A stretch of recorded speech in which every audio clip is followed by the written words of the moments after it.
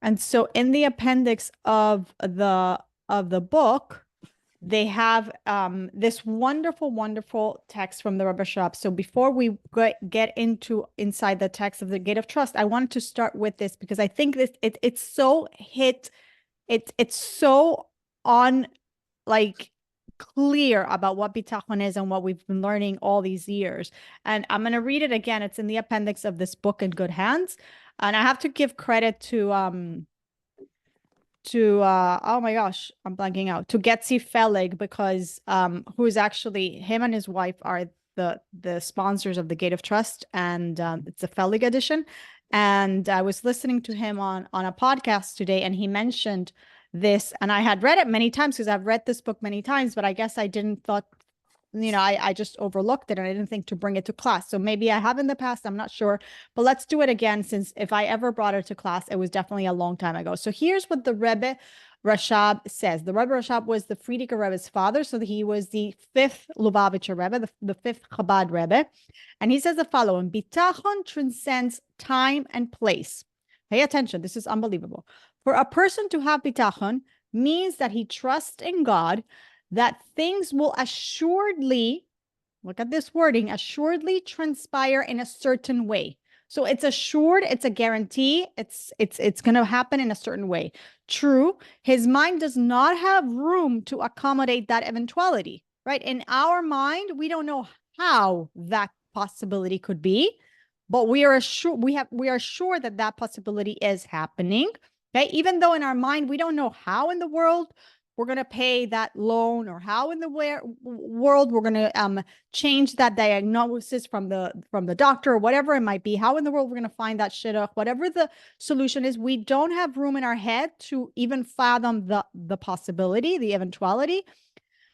So true, and his mind does not have room to accommodate that eventuality, nor does he understand how that eventuality can be warranted by his own actions or by his own prayers, or even by the reason for which he desires it. So he doesn't understand how in the world his behavior could make it happen. Anything he did, even his prayers, even just wanting it, like he doesn't know. All he has is a trust in God alone, by virtue of his capital H, power and ability. So basically, he's banking on God. That's it. That's all he has. So this individual, right, who is a trusting individual, a person who is a master of bitachon, okay, he is certain that things will transpire a certain way, not because of anything he knows to do, anything, any possibilities he has in his brain, or any actions or any prayers, but only because of bitachon. All he has is a trust in God alone by virtue of God's power and ability. That's all he's leaning on. He's going all in because he knows he's dealing with an almighty, invincible God, and therefore he's certain that the outcome is guaranteed. Moreover, the matter does not reach a point at which it affects him and worries him. So this is so what we've been learning all these years, right? So he has this situation, but he's certain that the outcome is going to be a certain way. He doesn't know how or why he merits it. He knows that it's going to be a certain way only because he's dealing with God Almighty, and he doesn't let whatever is happening, whatever is the circumstance, take up space in his head in terms of worry, right? It doesn't affect him and worry him, even though he would not like the alternative eventuality on any account. He is not ruffled by any deep-seated unrest. So yes, he wouldn't like the possibility of it not being the way he is assured it's going to be. And however, even though he wouldn't like that possibility, he's unruffled. These are the words, okay? But by any deep-seated unrest. So he's not restless. He considers all along that God will presumably help out. After all, it could not be otherwise. So he has a certainty. Like bitachon is a guarantee. It's a certainty. It cannot be otherwise because I fully rely on the infinite source of everything, the Almighty God, and it cannot be otherwise. In the same way, if a person is in need of something that should take place in a specific way, and he is able to see to it that it should indeed happen, it certainly does not worry him. After all, things are going to work out exactly as they ought to. One thing is for sure, he would not like the alternative possibility on any account. If, for example, a debt falls due and he has the money ready, he is certainly relaxed. And the alternative scenario, not paying, he does not at all want to hear of. So he doesn't want the alternative. However, it doesn't worry him. The same applies to bitachon, one's trust in God. One has peace of mind even when he has nothing. He has nothing. He doesn't have the money in the bank. He doesn't have the solution. He doesn't have anything. And yet he has trust in God. He has peace of mind. It does not cause him unrest. And the alternative scenario, he does not even want to consider. He can push it aside. He doesn't have to consider it. He doesn't want to consider it. He only places his hope in God, who will certainly help out. He has no kind of basis, such as a promise from someone. If like he has no basis. His only basis, again, like we said in the first paragraph, he's banking on God, on his bitachon.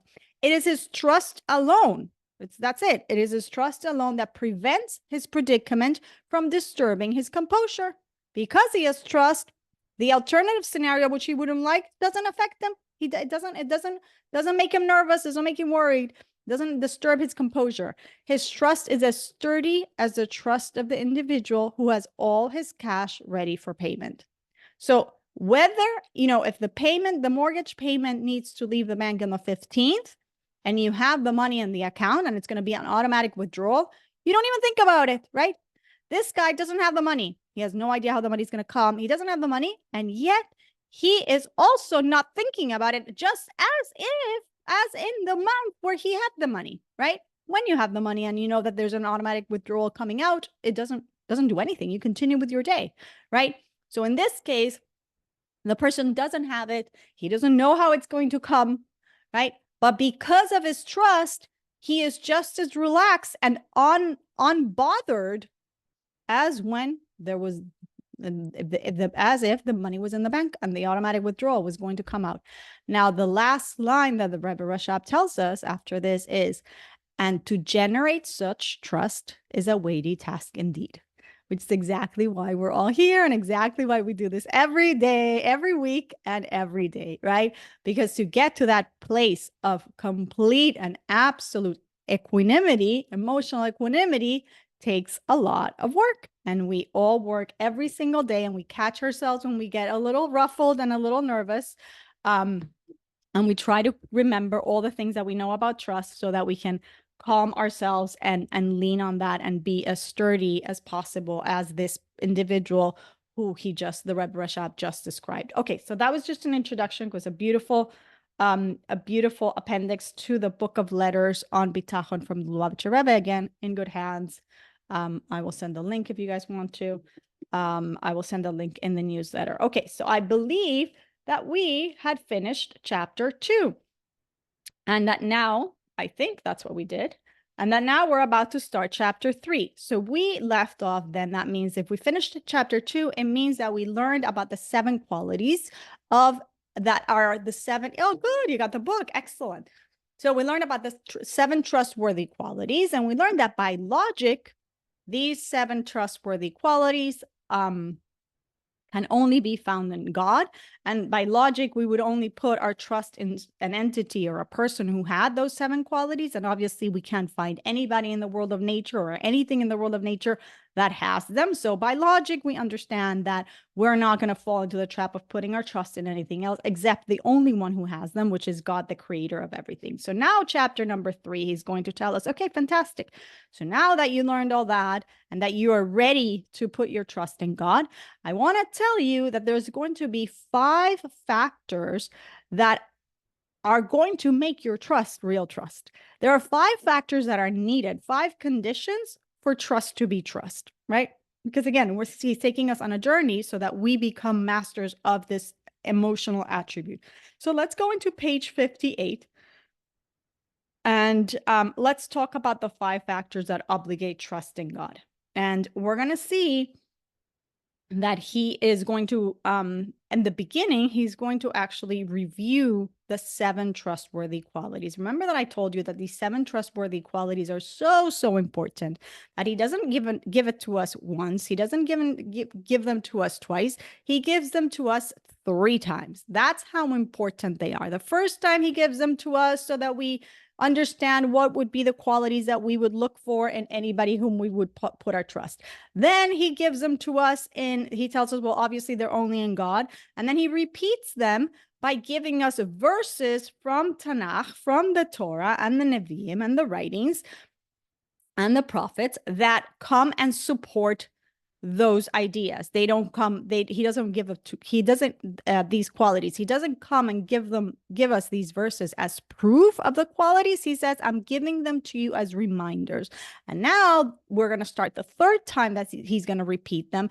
And it's all to introduce the first concept that obligates trust, the first factor that needs to be in place.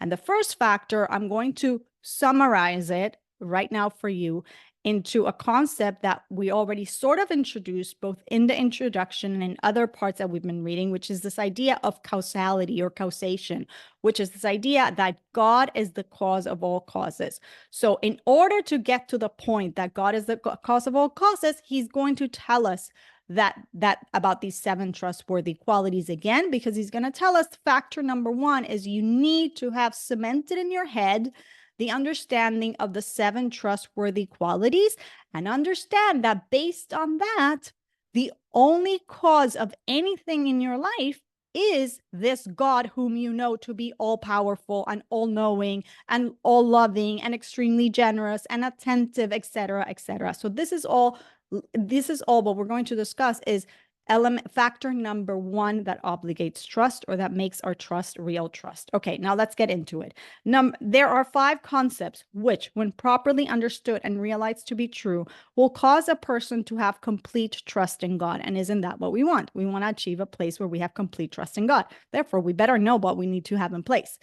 Okay, the first of them, he must believe, us, the person, we must believe and clearly recognize that God possesses all 7 qualities, all of which, when present, enable a person to trust in him. I already mentioned them in the previous chapter and commented on them, citing verses that were available to me, which state that God possesses these qualities. So now he's going to review the qualities. So again, the first thing that he tells us is, look, if this trusting is going to be trust, you can't just fool anyone. You have to know who you're trusting, and you have to believe that he has these qualities. Otherwise, it's just lip service. Okay, so the first quality, the Creator, may he be blessed, has more compassion on a person than any other compassionate being. In fact, any compassion and mercy that a person receives from anyone else ultimately comes from God's compassion and mercy, because he is the one who stirs in the heart that other person mercy and compassion towards him. So it's very important. The reason there's an element of compassion in the world and that you see it and you know it is why? Because God has it. And you have to know that that is the quality of God. As the verse says, and he will grant you compassion and be compassionate with you and multiply you. Number 2, the second quality, and I should stop right now and tell you that the qualities are not going to be in the same order now as they were before. I think I mentioned this before. Now they're going to be a little bit in disorder. Okay, so now he, instead of giving us the second quality, which before, and when he listed them the first time was attentive, now he's going to talk to us about all-knowing or wise or all-knowing. Okay, so the second quality, a person must believe that the ways that benefit the person are not hidden from the Creator, may he be exalted. Right, we said before that if I'm going to trust in someone, they have to know what things are to my benefit, and even the things that I don't know, even the things that are not obvious to anybody else, they really need to know what are the things that are good for me. Otherwise, I can't really put my full trust in God, okay, in them. In fact, logic dictates that only God knows what is best for the person as follows. Logic dictates this because the person is one of God's handiwork, and there is no one who knows better what is beneficial or harmful for that which has been made, as well as the troubles that may catch hold of it, the ways in which he becomes ill as well as healed, than the one who created. Basically, he's telling us, look, it's just logic. He's your creator. He made you. So who better to know what is good for you than the manufacturer, right? We always give the example. If you buy a piece of a garment, right? Who better know to know how you have to take care of that garment, whether you have to dry clean it, whether you have to put it in cold water, whether you have to hand wash it, whatever it is, than the manufacturer of the garment, right? Follow the instructions. So God made you, God knows exactly what's good for you. If this principle, a creator knows better than anyone else what is good for the creation, applies even to a person who creates something, right? If I am the one who made the garment, I know better than anybody else how to take care of the garment, right? That's when we create something from something. All the more so, it must apply to God, the one who creates something from nothing, the true creator of all beings. If we find this to be true regarding objects made by human beings, who do not actually create anything new through their actions other than the external form of the raw material, and who have no skill or power to create the raw material itself, then all the more so must it be true regarding God, who creates the raw material itself, from which the person is made, as well as his form, his composite, and the orderly unit of the body and the soul, as well as the interaction between the various bodily parts. It therefore follows that he, God, is most definitely the wise one who knows what will benefit the person and what will harm him and what is good for him, both in this world and in the world to come. It would be so arrogant of us to even think that we know better than our creator what is good for us, right? If once we start learning this, we're like, duh, like obviously the one who made me, who understands everything about me, right? Even better than I do, who understands my soul. I don't see things about my soul. I don't even get to know things about my own character traits, maybe later in life, right? I don't discover these things. It takes a journey of a lifetime to gain awareness of who we really are and what really makes us tick and what is good and what is not good for us. Obviously, my creator knows that from the beginning and will know it till the end, right? So 2 verses are quoted to support this. And by the way, me assuming that I know that better than him, again, is a very arrogant thing. And so 2 verses quoted to support this. As it says, I am the Lord your God who teaches you for your benefit, who leads you by the way you should go. And as it says, for the Lord rebukes the one he loves as a father placates a son. The second verse is quoted as support for the concept that even seemingly negative things are also ultimately for our benefit. We don't know how or why. Since God loves us, he sometimes needs to, quote unquote, rebuke us. He sometimes needs to act from an element that is a concealment of that love. Just like a parent, sometimes has to act from a place that is not understood by the child, but it always comes from a place of love.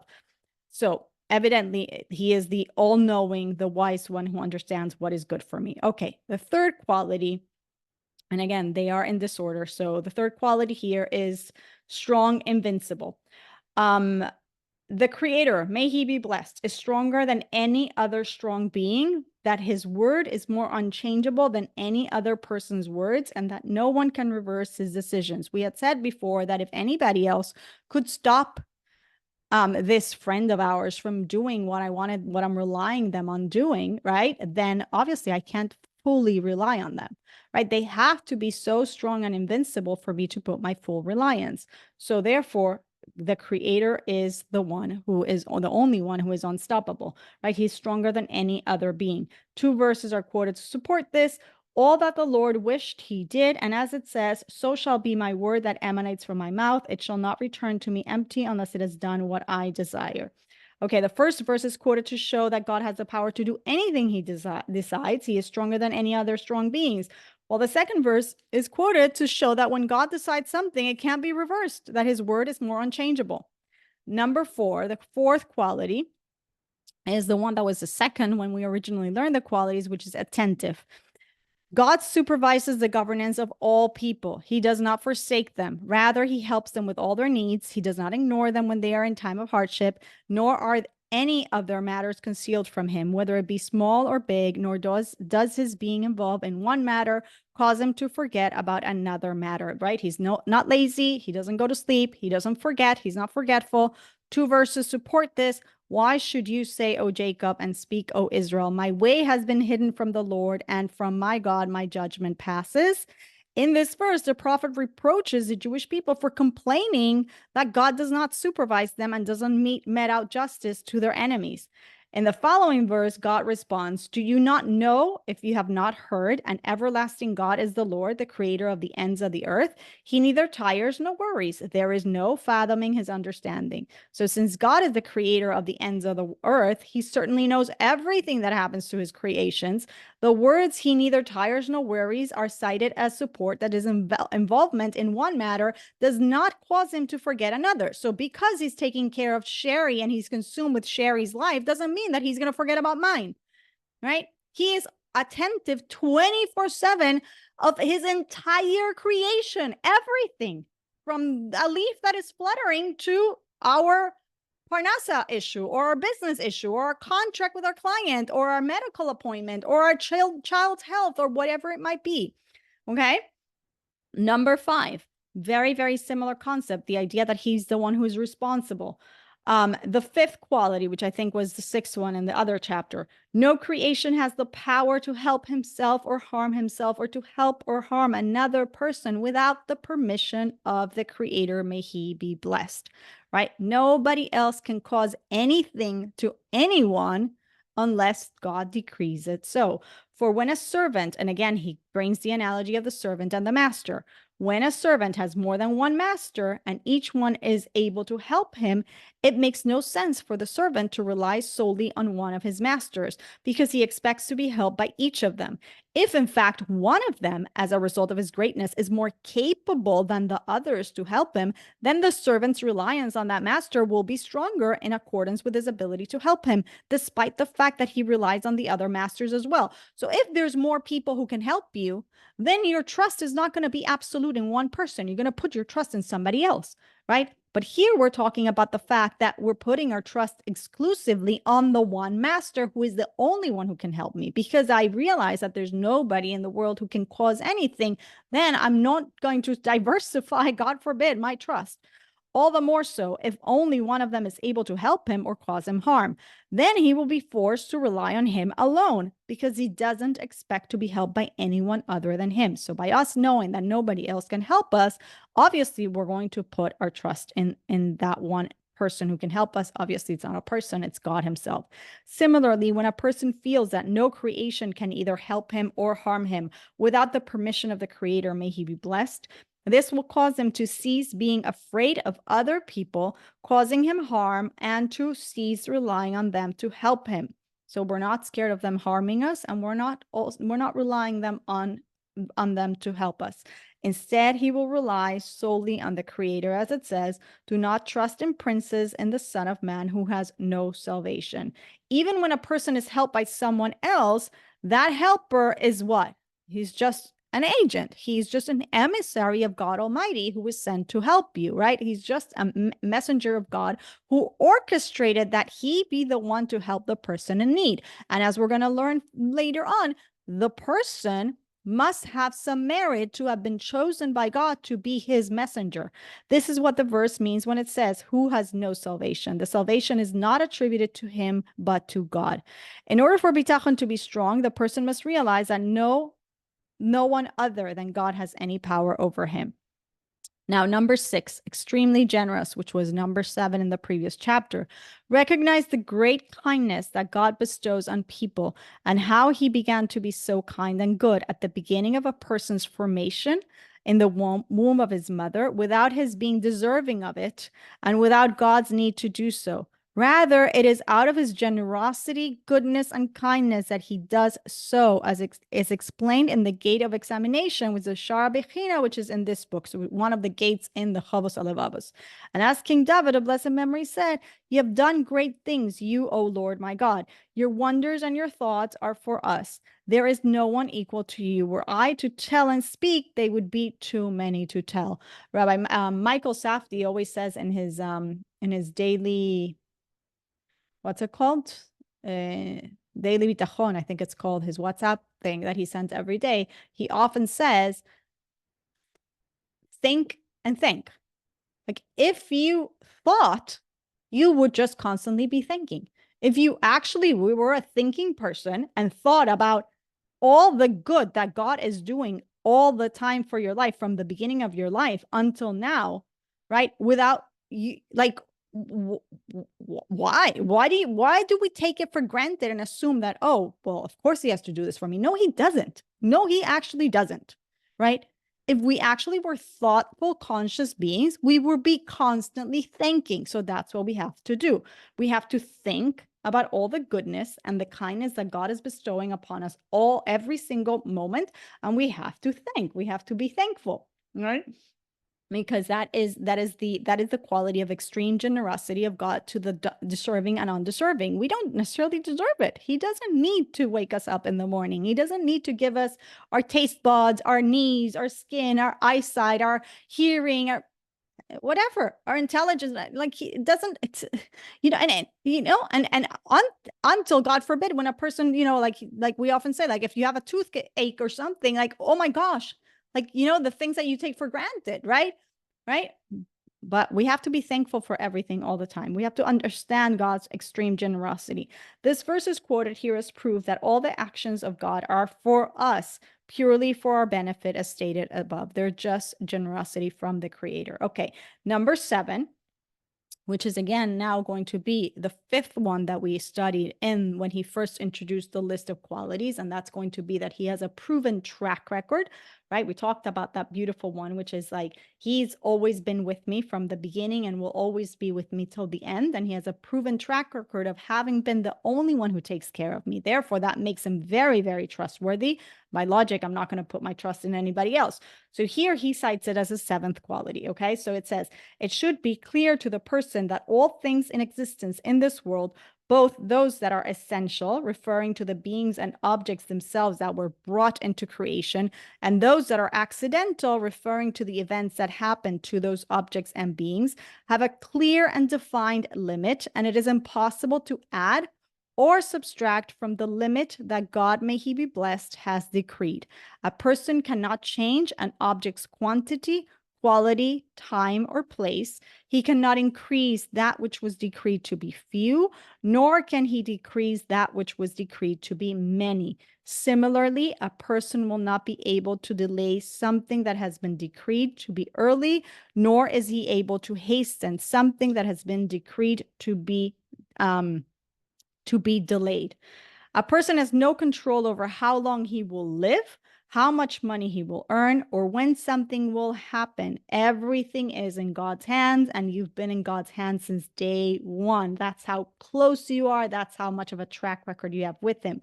Although a person often seems to have influence over what will happen, this is not really true, as the author continues. That which does happen in this manner has been decreed by the Creator from the beginning of creation.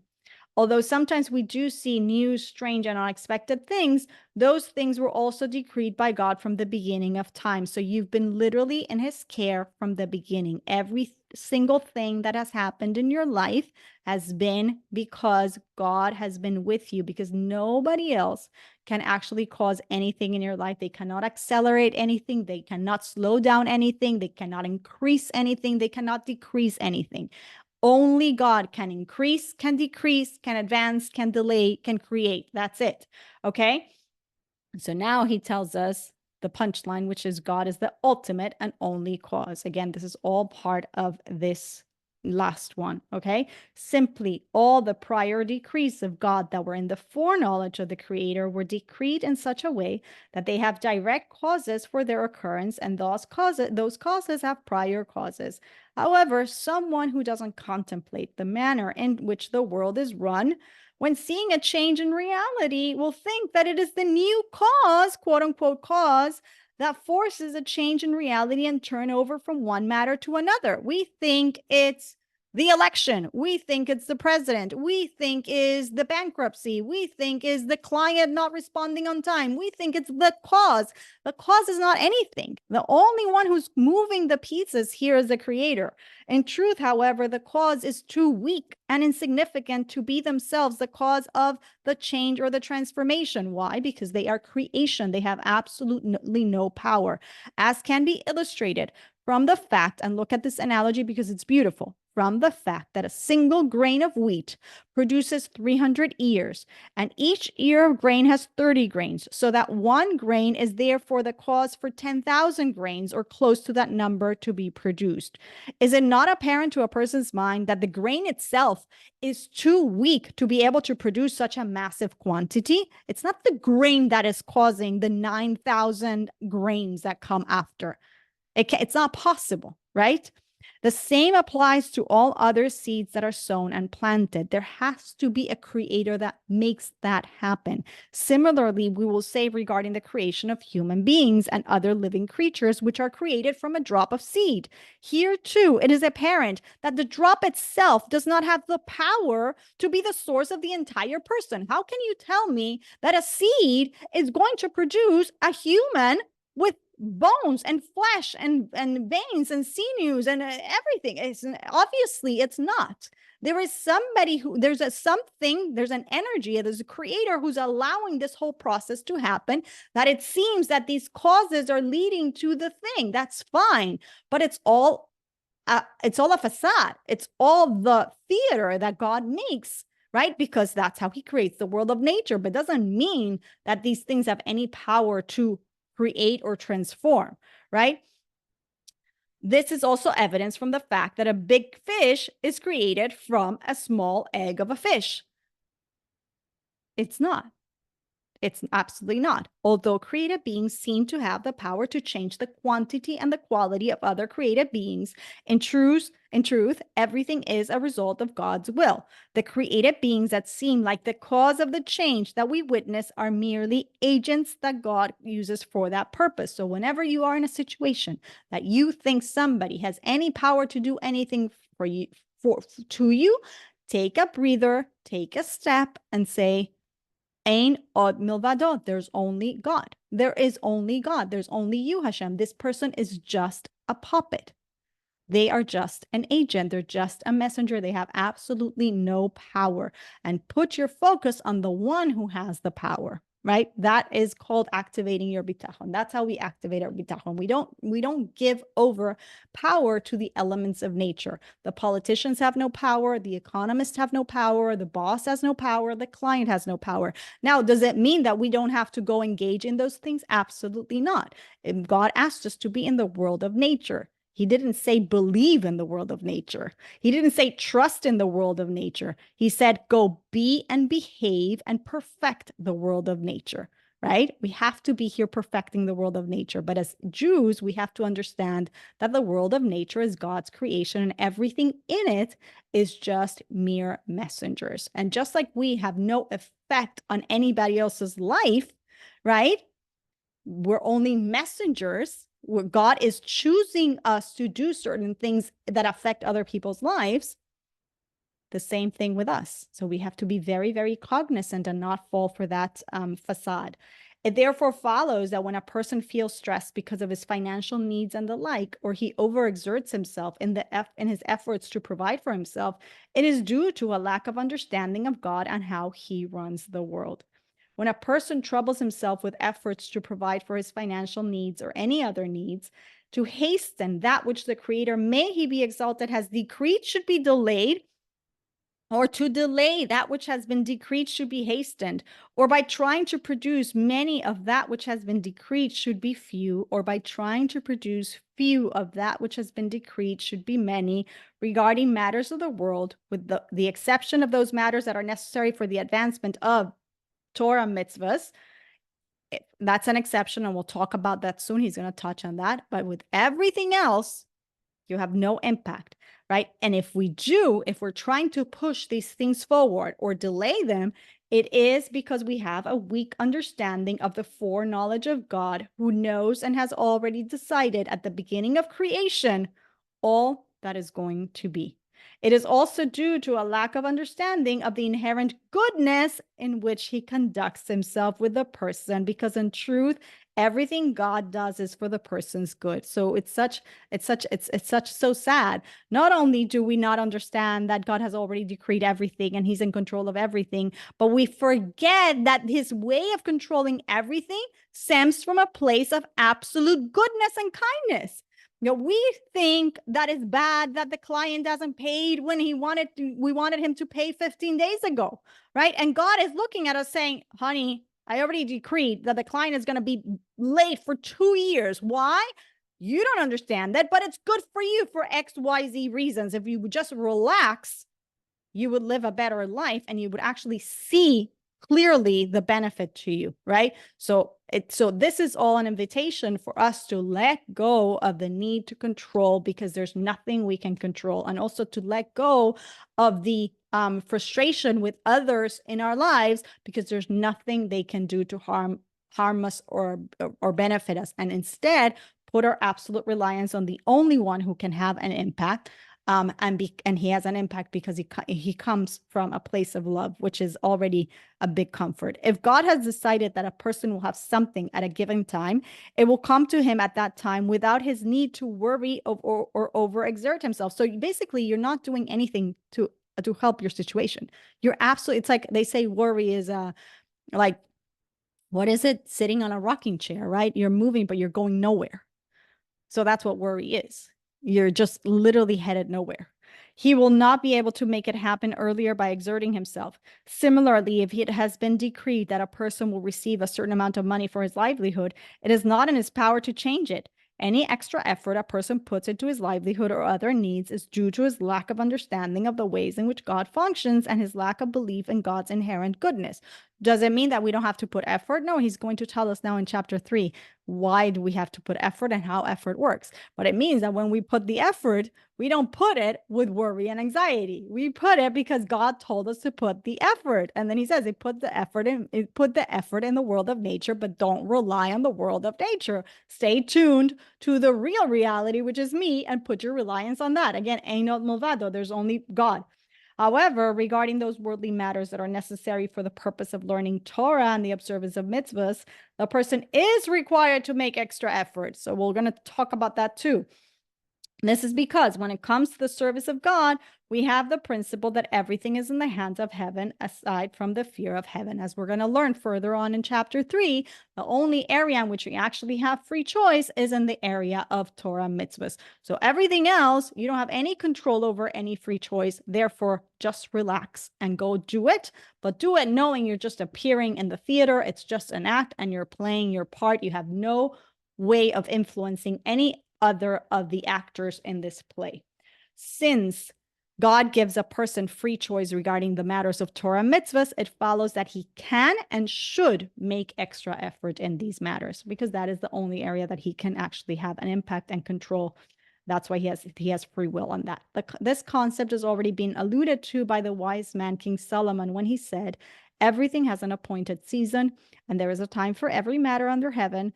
After saying this, he mentions 28 different things that have set times, as he says, a time to give birth and a time to die until the end of his list, when he says a time for war and a time for peace. And we all remember John Lennon.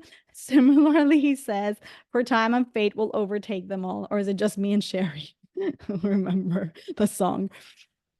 Okay, these verses are brought as support that a person is not able to hasten that which has been decreed to be delayed, or vice versa, because everything has an appointed season. He also says, for the highest over the high waits, and there are higher ones over them.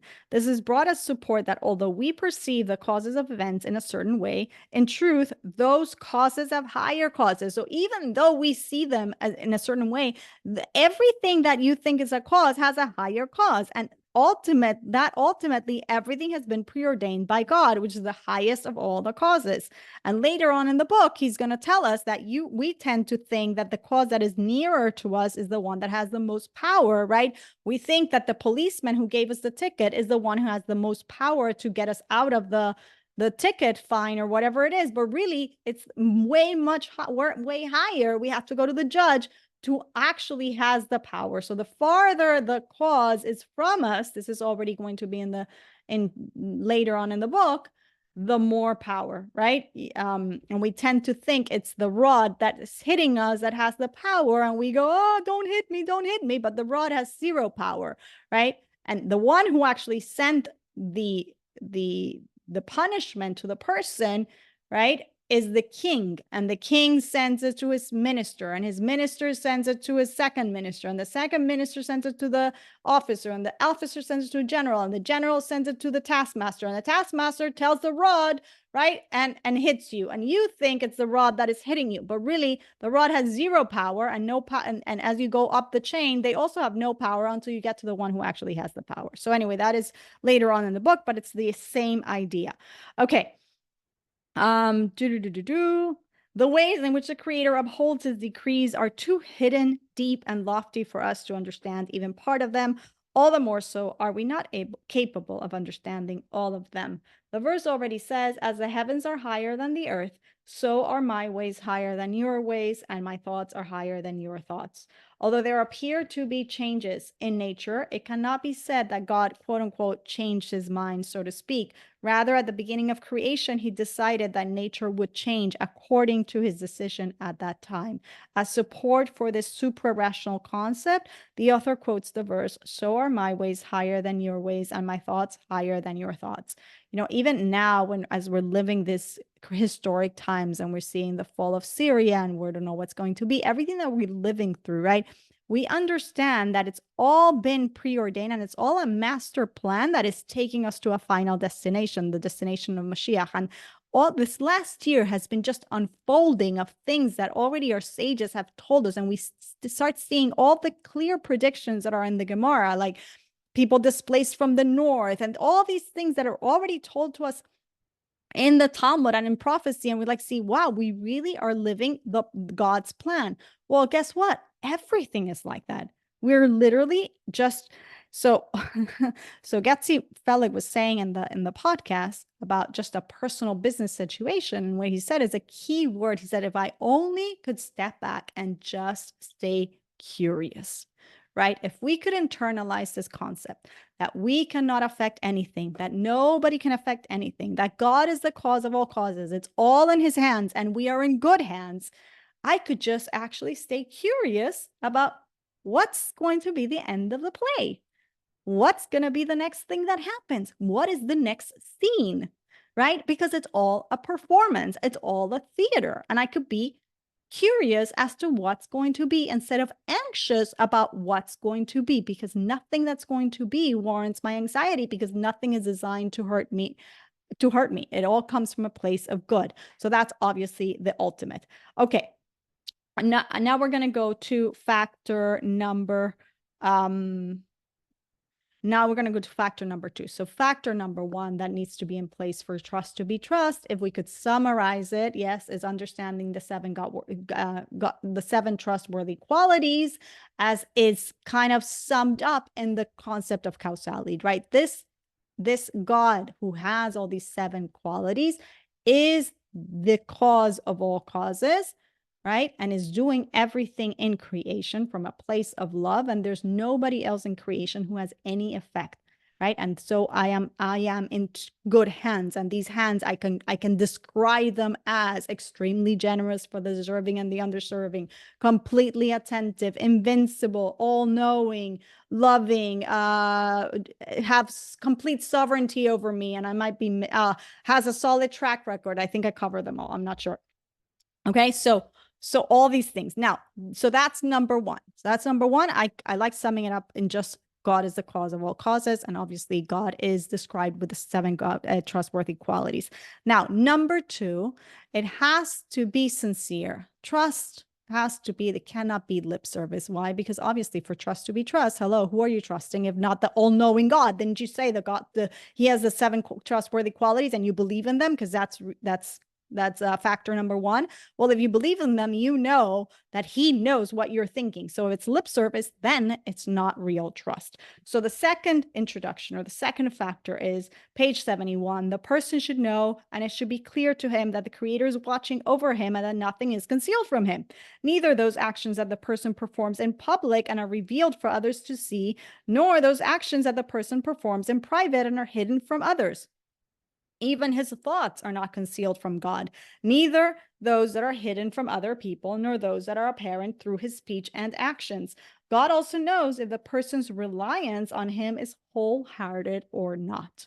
Verses are now quoted to support this concept, as the verse says, the Lord knows the thoughts of man, that they are vanity. And as it says, surely he understands the inner recesses of a person's heart.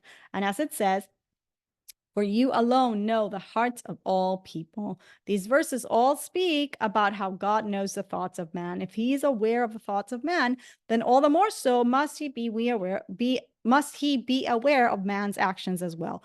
When this becomes clear to the person who relies on God, then he will understand that it is improper to claim that he is a person who relies on God, may he be exalted, as a result of his verbal expression without true reliance on him in his heart and in private. So when we know this, we know that we cannot just say, oh, I have trust in God, but really inside we're a basket case and a completely out of whack and out of control, right? If he merely recites having bitachon, if it's just lip service, then he will be on the level of those about whom the verse says, with his mouth and with his lips, he honors me, but he distances his heart from me, right? It's not real. Awareness of this prerequisite will encourage the person to have more than a superficial bitachon. Instead, it will be heartfelt and genuine. And that's the work that we're doing. We're trying every single day to make sure that it is heartfelt and genuine, because again, the all-knowing creator knows exactly where we're holding. So I'm going to leave it here because number 3, exclusivity, is going to take us more than the next 10 minutes. But again, to summarize, so we did the first 2 factors that are needed for bitachon to be bitachon. Number 1 is understand the 7 trustworthy qualities. Again, he repeats them for the 3rd time, which again is to tell us how important they are. And we summarize them in that he ends it with the element of causality. When you understand this 7 trustworthy qualities, you internalize that there's only one cause of all causes. And that has to be cemented in your head. And that needs to be factor number 1 for bitachon to be bitachon. Factor number 2 for bitachon to be bitachon is that it cannot be lip service. It has to be sincere. You actually have to sincerely put your reliance in God, because God knows where you're holding. Okay. And factor number 3, which is where we're going to start next week, is it has to be exclusive, which obviously he started telling us about that already in the introduction. In fact, not only in the introduction, he told us in the first line of the book, his opening line is that we're going to discuss the concept of trusting in God alone, right? So it actually starts with the words in trust in God alone. Let me actually go out and quote them correctly. But I remember I told you, and every time I teach the book, I tell you that the word alone, on placing our trust in God alone, the word alone is the most important qualifier right there, because already he's hinting at us what he's going to be teaching us throughout the book. So that's going to be condition number 3 for bitachon to be bitachon, which is it has to be exclusive. And we will start there next week. And then we will talk about obedience, and we will talk about effort, which takes us, it's going to take us a little bit more time. It's a lengthier discussion because obviously we are in the world of nature, and he really has to elaborate on what effort looks like on a very practical level. So it's a very beautiful discussion. So that's where we'll start next week. Any comments, any questions, any stories?